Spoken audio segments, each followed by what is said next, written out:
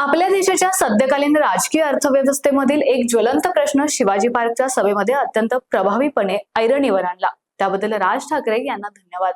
तो प्रश्न अर्थातच आहे अर्थव्यवस्थेच्या अदानीकरणाचा. खरे तर हे अदानीकरण देशात अनेक उद्योग क्षेत्रात वाढणाऱ्या मक्तेदारीकरणाचा एक सर्वात भ्रष्ट चॅप्टर आहे. मोदी राजवटीमध्ये गौतम अदानी यांचे औद्योगिक साम्राज्य वाऱ्याच्या वेगाने वाढले. त्यांची व्यक्तिगत संपत्ती काही पटीने वाढली ही बातमी म्हटली तर शिळी झाली आहे. पण भारत, महाराष्ट्र आणि MMR रिजनचा नकाशा घेऊन त्यावर 2014 आणि 2025 मधील अदानी समूहाची फुटप्रिंट छापून त्या दोन चित्रांची तुलना लोकांसमोर ठेवण्याची आयडिया प्रचंड कल्पक होती. बऱ्याच वेळा स्थानिक स्वराज्य संस्थांच्या निवडणुका स्थानिक प्रश्नांवर लढवल्या जातात अशी बाळबोध समजूत आहे. मुंबई आणि अनेक शहरं आपल्या देशात ती एकमेवाद्वितीय आहेत.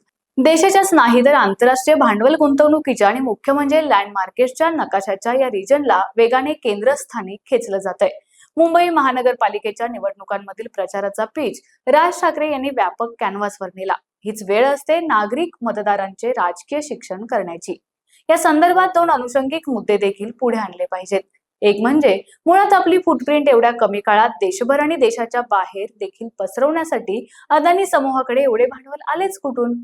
कोणत्याही कॉर्पोरेट उद्योग समूहाकडे भांडवलाचे दोन प्रमुख स्रोत असतात, भाग भांडवल आणि कर्ज उभारणी.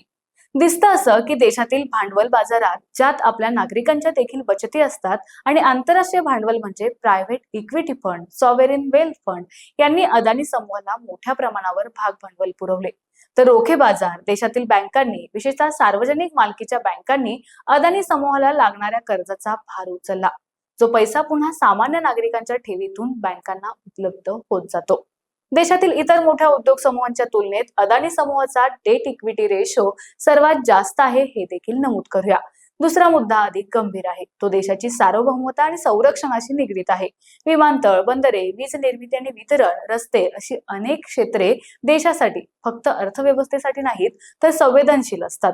त्यावर अशा एका खाजगी उद्योग समूहाची मोनोपॉली सदृश्य पकड त्या प्रवर्तकाच्या संपत्ती वाढीसाठी चांगली असेल कदाचित, पण जगाच्या आर्थिक इतिहासात हे दिसेल की एकेकाळी अत्यंत तगडे असणारे एक व्यक्ती, कुटुंबाच्या खांबावर बेतलेले महाकाय उद्योग समूह अनेक कारणाने इतिहासाच्या ओघात विकलांग होतात, अगदी नामशेष देखील होतात. त्या प्रवर्तकाचे, गुंतवणूकदारांचे नुकसान होते.